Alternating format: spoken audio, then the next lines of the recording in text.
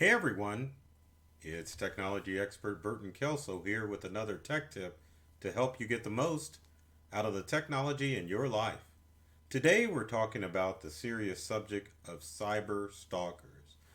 Unfortunately, in the midst of the pandemic and just overall use of the internet in recent years, cyberstalking has become a major problem.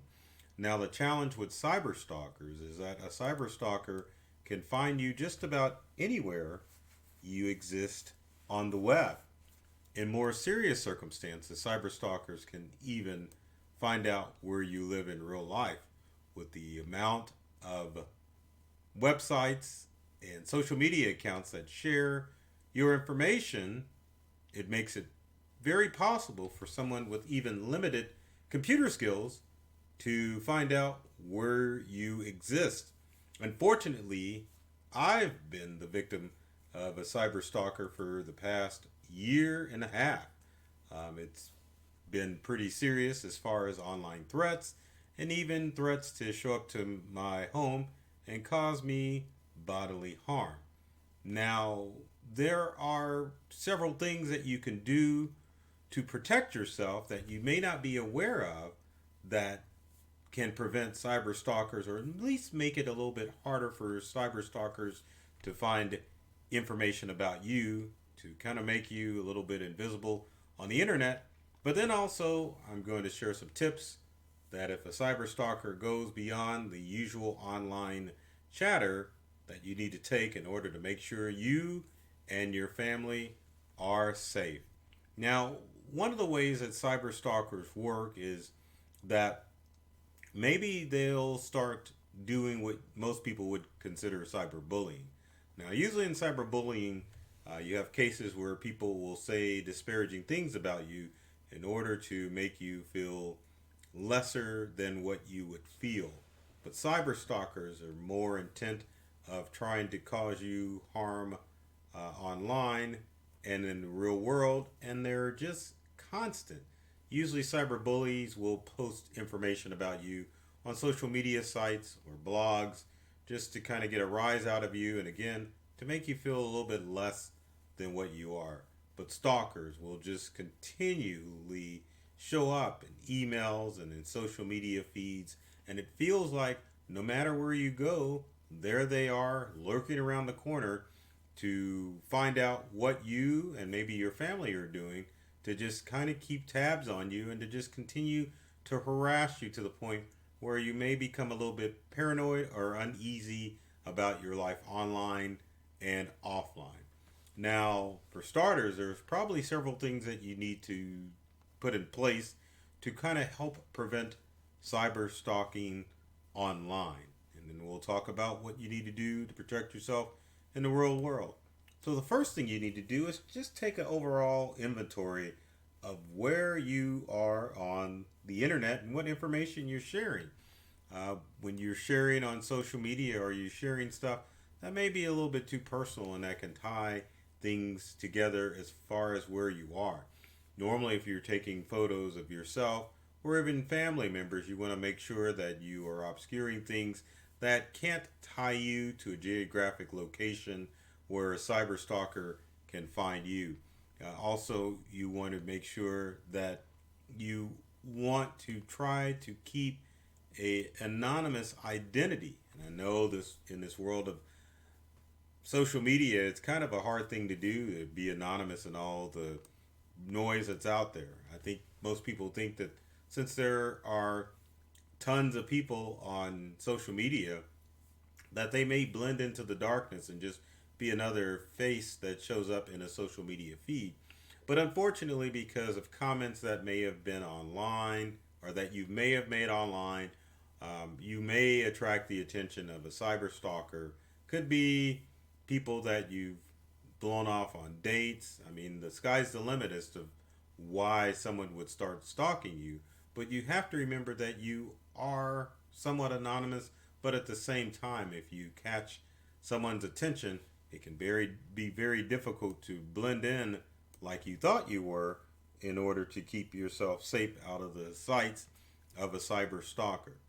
Um, one of the things that you can do as far as keeping yourself anonymous is on social media, start hiding your friends list. And this is a good thing to do to both to protect yourself against cyber criminals and from cyber stalkers.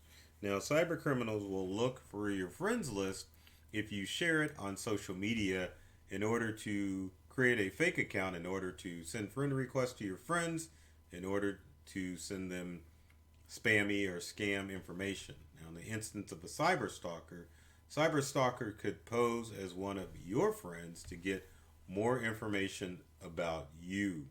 So make sure whatever social media account that you're using, you hide your friends list so that way cyber stalkers can't buddy up or chum up to people that you know on social media and get have them give out important information about you. Next thing you want to do when you're online is to make sure that you are mum about what stuff you're sharing online. Vacations are cool when you're back from vacation.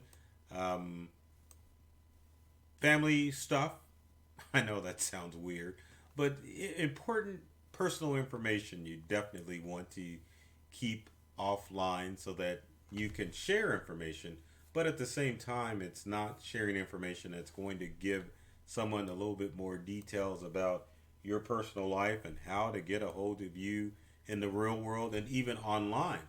If you have accounts on other social media accounts and have to temporarily abandon one account, it's always good to have a backup, but at the same time, you don't want people to find you on the web. So, also another good thing would be to make sure you're making those social media accounts private if you can, and make sure that criminals can't find you, or not criminals, stalkers can't find you on the web.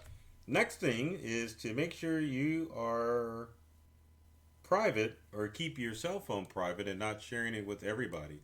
I know it's kind of hard not to share your cell phone number because how are people going to get in contact with you? But if you've got a stalker on your hands, or to prevent a stalker from finding you, you probably should only sell or share that cell phone number or smartphone number with close family and friends. If you need to share a mobile number with everyone on the web or with strangers, make sure that you create a free voice over IP phone either through WhatsApp or through Google Voice. So that way, if you have to abandon a number or you don't want a number being tied to you, you can utilize a free voice over IP phone service.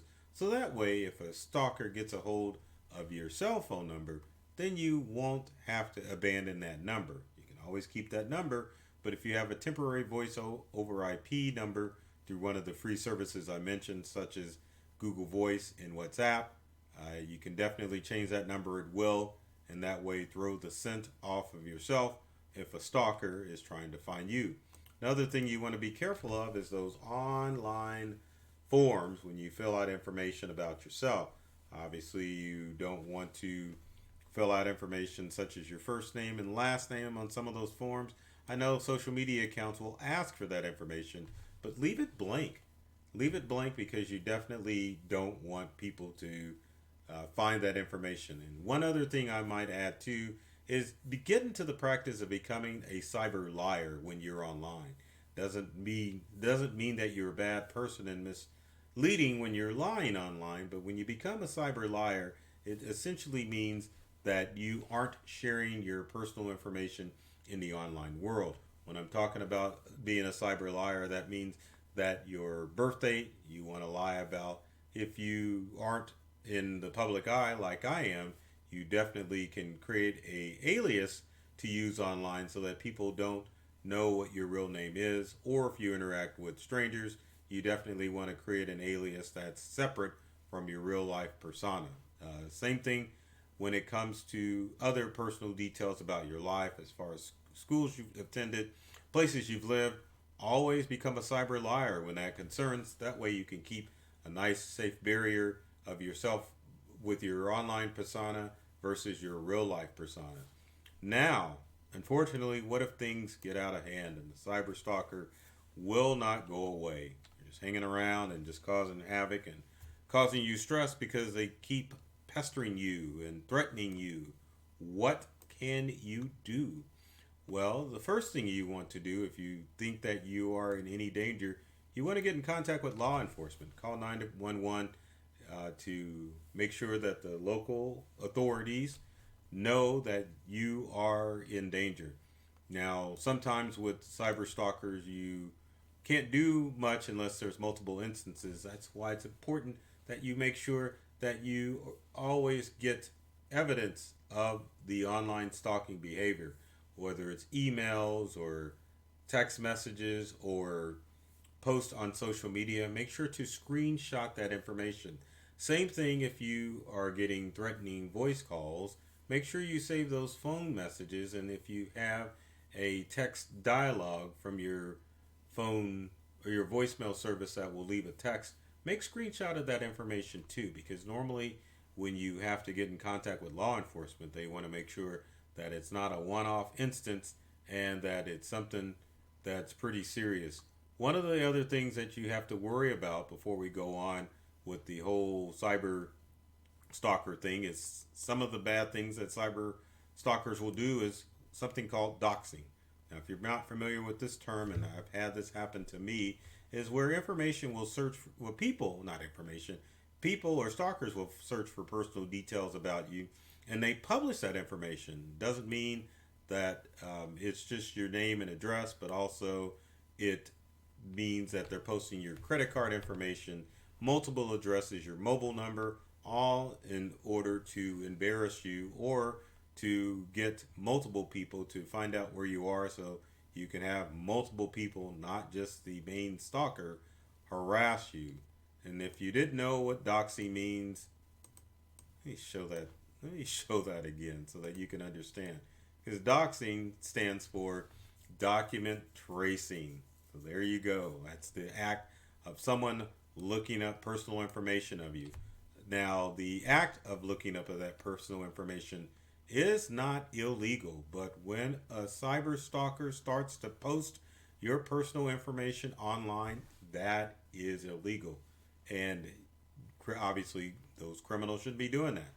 So the next thing, as far as if you're having your personal information posted online or you have someone harassing you, is that you need to file a restraining order, which is something that I had to do. Now, restraining order obviously does take a lot of time, but it does set the things in motion that if a criminal online, I guess you can call them criminals, but a stalker online has threatened you with bodily harm, you can file a restraining order to see that you can get a court date to get the restraining order enforced. You want to do this especially if you have a criminal that has doxed you, which is why I talked about that, or is threatened to come to your home to cause bodily harm. You definitely want to put that in place. You want it legal. So collect all that evidence and make sure that you file a restraining order. Don't ever think that it will end, because sometimes stalking only ends when you get law enforcement involved. So make sure that you document and collect evidence so that when you file that restraining order, it'll stick. The next thing you want to do is to make sure that you block your stalker on all places that you can. It doesn't matter that if it's on social media or email or text messages, block them so that they can't contact you any further, or if it just falls on deaf ears. It's important. The other thing that you want to do is to make sure that you share with your friends that you are being stalked by someone online. This way, when you notify your friends, you can be assured that hopefully they won't share any personal information about you to a stranger who may pretend to be an old classmate, an old coworker, trying to find out personal information about you. Tell all your friends. It's not a bad idea to make a post on social media about this, because once you block that stalker, you can share with your friends that you're being stalked, and make sure that you have a community of people that are working around to try to protect your personal information. And again, they don't have strangers reaching out trying to get your personal data. Next thing, which is kind of a difficult thing to do, is to make sure that you turn off geotagging of your photos.